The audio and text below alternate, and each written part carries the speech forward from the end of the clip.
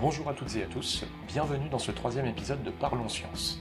On va rester dans la thématique de l'exploration spatiale, sauf que cette fois-ci on va parler de l'exploration de la planète Mars. Mars, c'est notre planète voisine. Depuis les débuts de l'exploration spatiale par l'humanité, il y a eu une quarantaine de missions, pour faire simple, vers la planète Mars, et plus de la moitié ont échoué.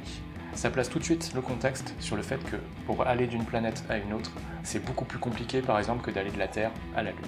La première mission réussie vers Mars date de 1964. Il s'agissait d'une mission américaine avec la sonde spatiale Mariner 4 qui est passée à 10 000 km de Mars et a pris des photos au passage. Ces photos malheureusement n'étaient pas de grande qualité.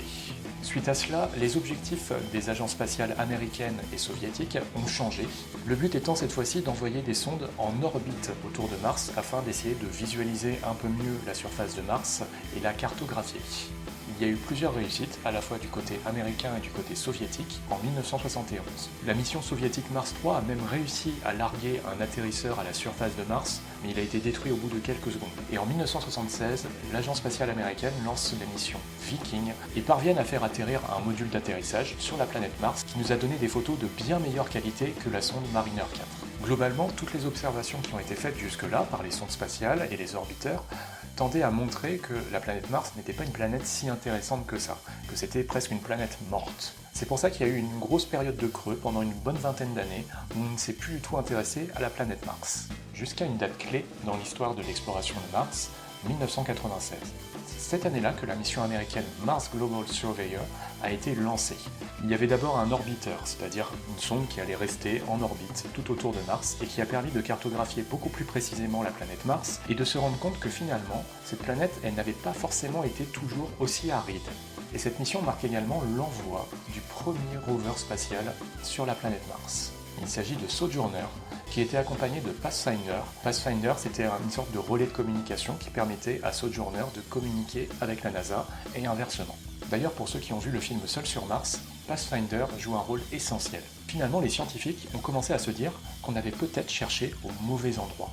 Donc suite à ce changement d'état d'esprit, les agences spatiales européennes et américaines se sont intéressées justement à la recherche d'eau pour trouver des endroits un petit peu plus intéressants. Toutes les observations effectuées semblent même montrer qu'à une époque, Mars était presque similaire à la planète Terre. Toutes ces missions ont permis finalement de préparer une mission qui va avoir une importance cruciale là aussi et qui va être une franche réussite, la mission Mars Science Laboratory.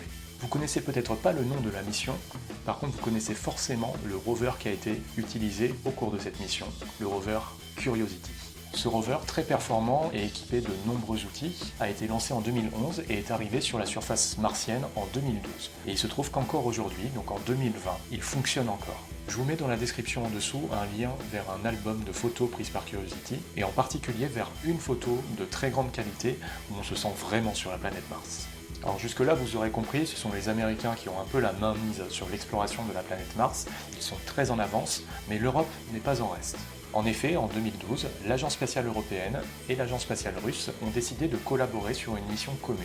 Cela s'est traduit par la mission ExoMars. La première étape de cette mission ExoMars a eu lieu en 2016. Elle consistait à envoyer un orbiteur en orbite autour de Mars. Tout s'est bien passé pour l'orbiteur. Par contre, cet orbiteur était accompagné d'un atterrisseur expérimental, Schiaparelli, qui malheureusement s'est écrasé sur la surface de Mars. Cette mission ExoMars n'est pas terminée. Elle est en plusieurs étapes, et en particulier l'étape suivante, c'est d'envoyer un rover légèrement plus performant que le rover Curiosity. Mais la suite de la mission a été reportée à plusieurs reprises. Déjà, on est passé de 2018 à 2020 pour des raisons techniques, et puis avec la crise du coronavirus actuelle, on est passé de 2020 à 2022. L'année 2020 devrait être une année importante dans l'exploration de la planète Mars. Déjà en 2020, l'agence spatiale américaine va lancer son prochain rover. Ce rover est plus perfectionné que le rover Curiosity, et en particulier, il est capable de creuser le sol martien. L'objectif de cette mission, qui est parfaitement assumé, ça va être de rechercher des traces d'une vie ancienne sur Mars. Alors entendons-nous bien, quand on parle de vie ancienne, on ne parle pas de martiens, on parle plutôt de vie microbienne. Toujours en juillet 2020, la Chine se lance officiellement dans la conquête de la planète Mars. Il compte envoyer un orbiteur et un rover à la surface de Mars. Cette mission a aussi une portée symbolique, parce que s'il lance cette mission en 2020, le rover sera sur la planète Mars en 2021, et 2021 c'est le centenaire du Parti communiste chinois qui est au pouvoir. Donc vous l'aurez compris, l'étude de la planète Mars s'est faite en plusieurs temps, et on a petit à petit affiné les connaissances sur cette planète. On est passé d'une planète quasiment morte et aride à une planète qui aurait pu potentiellement abriter la vie. Et cette étude n'est pas terminée. Alors peut-on un jour envisager l'envoi de missions humaines vers la planète Mars? Les États-Unis, en tout cas, qui sont particulièrement en avance sur le reste du monde, y réfléchissent sérieusement. Ils se sont fixés un cap dans les années 2030 pour envoyer une mission humaine vers Mars. Ils ont d'ailleurs commencé à réfléchir sur des moyens de faire en sorte d'avoir des habitations sur Mars, mais pour le moment, rien de concret. Dans cette volonté d'envoyer un jour des équipages humains sur la planète Mars, une société privée va sans doute avoir un rôle à jouer. C'est la société SpaceX. Récemment, le fondateur de la société SpaceX, Elon Musk, a dévoilé un prototype d'une fusée pouvant potentiellement envoyer une centaine de personnes d'un seul coup vers la planète Mars. Elon Musk va plus loin encore dans la réflexion, puisqu'il envisage la création d'une colonie martienne et même de terraformer Mars, c'est-à-dire rendre son atmosphère vivable. C'est un projet extrêmement ambitieux qui ne verra peut-être pas le jour. Elon Musk est en effet connu pour ses objectifs parfois irréalisables en termes de timing, mais force est de constater que son entreprise a connu de franches réussites et que par la suite, il va forcément falloir compter sur cette société quand on va parler de l'exploration de la planète Mars. Seul l'avenir nous dira s'il s'agit d'un génie ou d'un rêveur. À propos d'une potentielle colonie martienne, il y a une série télé, Mars, qui présente de façon intéressante ce projet.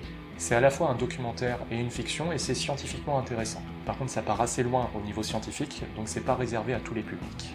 Voilà ce que je peux vous dire sur l'exploration de la planète Mars. Il y aura peut-être d'autres épisodes de Parlons Science d'ici la fin de l'année, je ne sais pas encore, mais en tout cas pas dans l'immédiat, parce que là je dois aller cueillir des fraises. Ciao!